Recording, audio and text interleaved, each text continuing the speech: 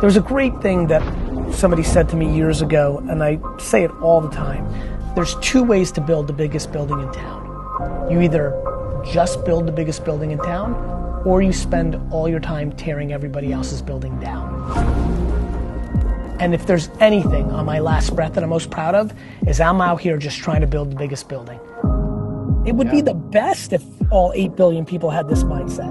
You wouldn't have a single bad thing happen in society. If you actually cared about everybody else and didn't impose your own hurt on someone else. So where do we start? Because you would say parents, maybe? Yeah, I think you start with even the conversation. We start with this fucking film.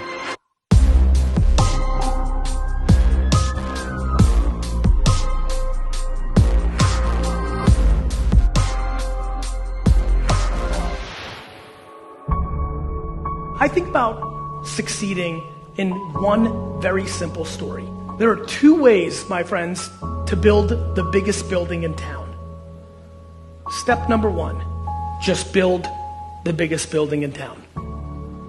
Step number two, build a decent sized building and then spend all your time trying to tear down everybody else's building around you down so you end up being the biggest building in town. My friend, 95% of people try to do number two. People that tear everyone else's building down are hurting inside and want other people to feel pain. Misery loves company. And are so insecure that they actually think that that $1 or that opportunity is like only available. They don't live in a world of abundance. I do think some people think like the rise of a population, like if Black lives matter more, that means my life matters less. And I think that's super wrong. That's why people are replying saying all lives matter. They don't get it. They think it's like a competition or there's space that Black lives are taking up. People hear Black privilege, and I've been watching how people have been acting, they think that comes at the cost of somebody who's white or Asian. That's crazy. This is not a black, white, girl, boy issue. This is a positive, negative issue. It's fucking stupid. Of course your life matters too.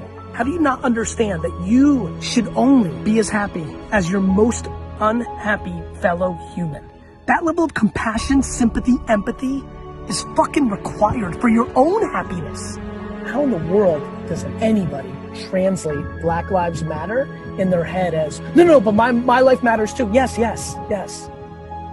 But like, that's why this is on my mind. Because when you see things happen socially, you know, it translates in my brain business-wise. These are the same people that think when somebody else's store opens up that they're gonna lose. See, I think the problem is so many people want to win at somebody else's expense without understanding that there's so many variations of winning and every one of us has a totally different definition for it. And when my homie Travis from Uber and when my homie Chris Sacca becomes the best VC and goes on Shark Tank and they beat me, I'm the most pumped for them. They deserve it. And then I say, but it's not over yet. And that's who I am. Why do some people get mad? Because they're sad, because they're selfish. They care about themselves. But the question is, why do they care about themselves? They care about themselves because they're insecure and it's a protective mechanism. Most people that come along that have a lot of talent to amass attention and resources and wealth and power, a solid amount of them lack humility and like altruism but I think a lot of people were also lucky in having kindness and capability in them. They just weren't watching something that made them think that was the thing to do.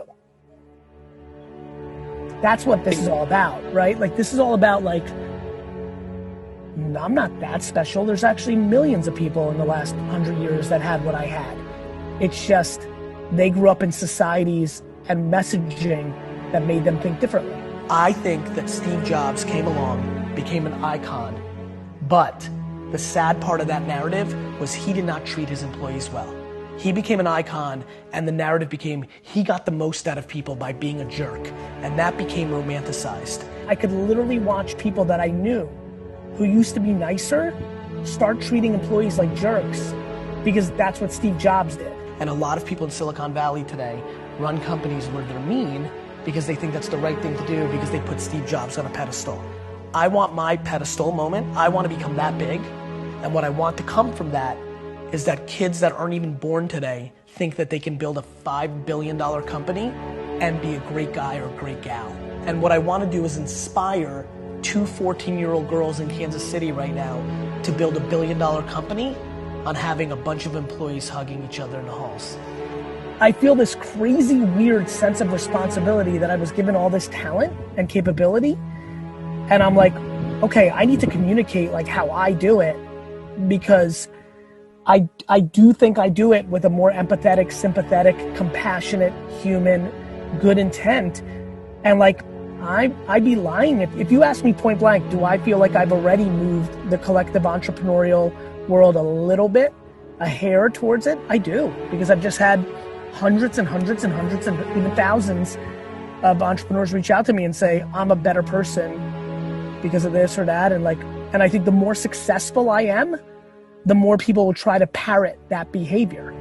So I think positivity and good is practical advice to building an empire. And I want to be the poster child of the person that built the biggest, baddest empire and did it by being a good dude along the way. And that's the legacy I want to leave. Let me make it perfectly clear to you. The world is abundant. Nobody else is taking out of your pocket. Everybody who's watching this film right now, if you're good enough, nothing's gonna stop you.